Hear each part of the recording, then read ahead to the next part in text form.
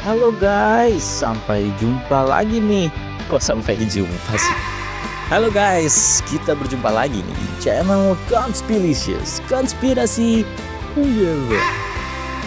Jadi guys, konten ini tuh cuma pengen ngambil sudut pandang dari hal-hal yang nggak mungkin terjadi, menjadi pertanyaan agar kita kritis dalam setiap kejadian. Dan melatih kalian itu buat mencoba selalu memeriksa segala hal sesuatu dari semua sudut pandang agar lebih objektif dalam menilai setiap kejadian gitu aja. Jadi kita akan membahas kali ini mengenai Isra Mi'raj ya, mukjizat atau perjalanan antar dimensi nih. Ketika teori Einstein menjelaskan kisah Nabi.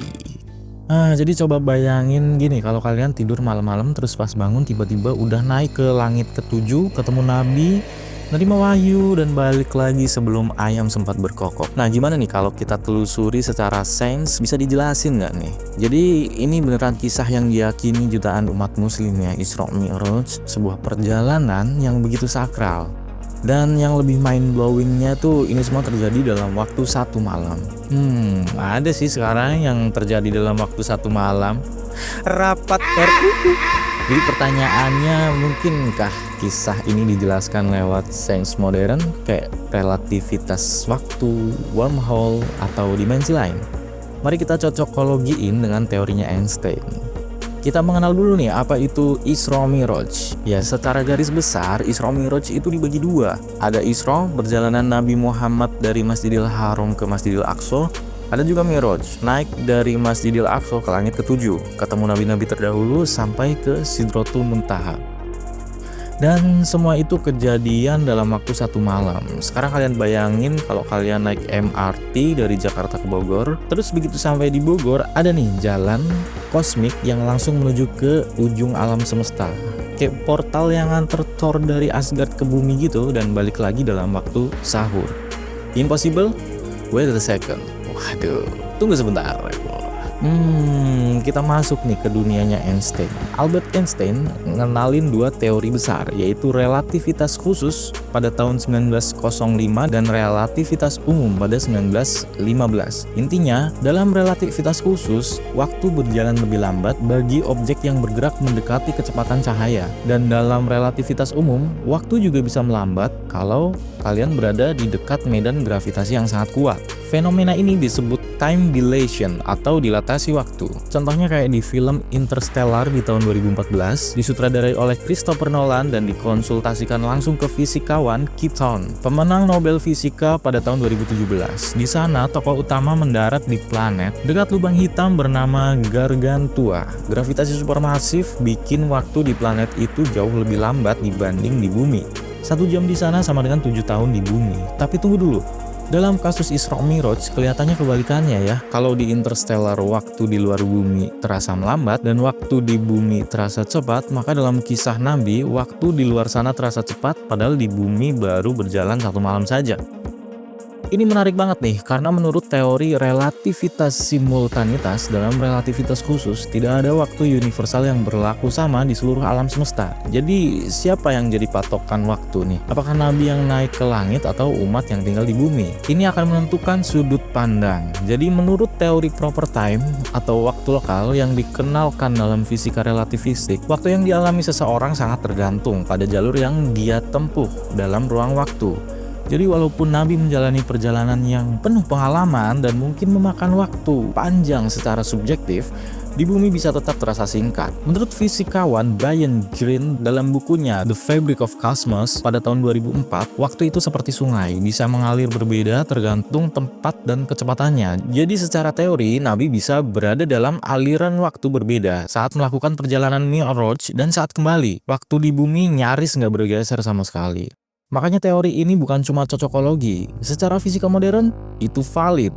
Dan kalau kita masuk lebih dalam lagi, langit ke-7 itu apakah mungkin itu adalah dimensi tertinggi? Dalam fisika teoritis modern, ada konsep dimensi ekstra. Dalam teori string dan M-teori diperkenalkan oleh Edward Witten tahun 1995, alam semesta nggak cuma punya 3 dimensi ruang dan 1 dimensi waktu, tapi bisa punya 10 sampai 11 dimensi.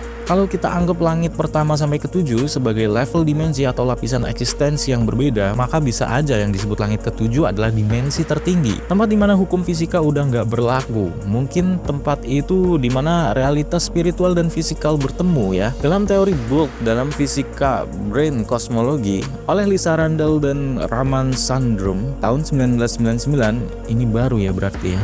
Dimensi yang lebih tinggi bisa menyembunyikan eksistensinya dari kita yang hidup di dimensi rendah. Mungkin Nabi melintasi dimensi itu dengan izin ilahi menjalani struktur realitas yang bahkan belum bisa disentuh oleh teknologi manusia. Buraq sebagai kendaraan Nabi, apakah mungkin itu sebenarnya kendaraan antar dimensi? Dalam kisah Isra Mi'raj, Nabi Muhammad naik kendaraan bernama Buraq, digambarkan cepat banget, bahkan lebih cepat dari kilat. Kita cocokologi ini, kalau bukan hewan literal, bisa jadi itu metafora kan untuk kendaraan superluminal atau bahkan teknologi antar dimensi. Mungkin kayak portal atau wormhole yang memungkinkan kalian lompat dari ruang dan waktu. Dalam fisika teoritis, wormhole itu jembatan antara dua titik ruang dan waktu yang berbeda. Teori ini dikembangkan oleh Albert Einstein dan Nathan Rosen pada tahun 1935 dalam konsep yang dikenal sebagai Einstein-Rosen Bridge.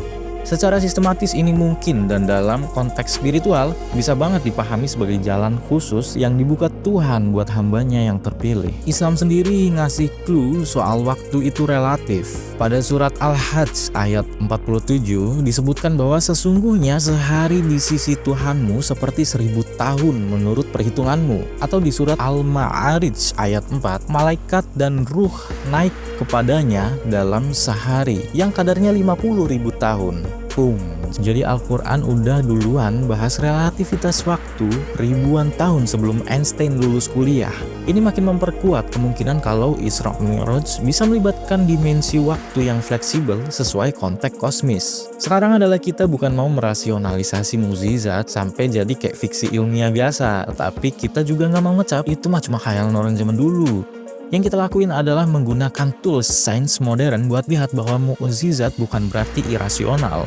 Bisa jadi itu adalah teknologi ilahi yang manusia belum mengerti atau tidak dapat mencapainya. Kayak kamu nunjukin smartphone, terus balik ke masa lalu, ke zaman Majapahit, dan nunjukin itu ke orang-orang di zaman Majapahit. Mereka pasti bilang itu sihir. Padahal itu merupakan teknologi yang belum mereka capai. Isra Mi'raj adalah kisah spiritual, tapi bukan berarti sains dan spiritual harus saling bertabrakan. Kadang mereka cuma perlu saling mengerti aja. Mungkin Isra Mi'raj adalah saat ketika alam spiritual, ruang, waktu, dan kehendak Tuhan beririsan sempurna di luar logika manusia, tapi bukan di luar nalar Tuhan. Dan kalau suatu hari kita berhasil ngebangun teknologi yang bisa ngelintasin ruang dan waktu, siapa tahu kita akhirnya baru sadar, mukjizat itu bukan mustahil, tapi kita belum sampai ke arah situ. Jadi mungkin Isra Mi'raj bukan soal perjalanan ke langit, tapi undangan buat kita naik ke pemahaman yang lebih tinggi. Bukan buat meragukan mukjizat, tapi justru kita harus makin yakin bahwa Tuhan itu maha canggih, dan siapa tahu kita sebenarnya juga lagi dalam perjalanan ruang dan waktu. Cuman versinya belum semind blowing itu aja. Kita akan bahas di video selanjutnya. Karena kadang jawaban terbaik bukan siap laksanakan atau nggak mungkin sih, tapi kadang jawaban terbaik dari setiap pertanyaan adalah dengan pertanyaan juga. Gimana kalau begitu kira-kira pertanyaannya? Segala sesuatu yang belum terukur bukan berarti tidak ada.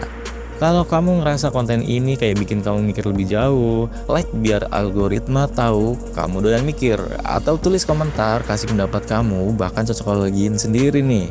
Karena diskusi kayak gini lebih seru kalau rame. Dan tentu aja subscribe channel ini biar nggak ketinggalan konten yang nyambungin sains, spiritual, dan keheranan manusia. See you di konten selanjutnya.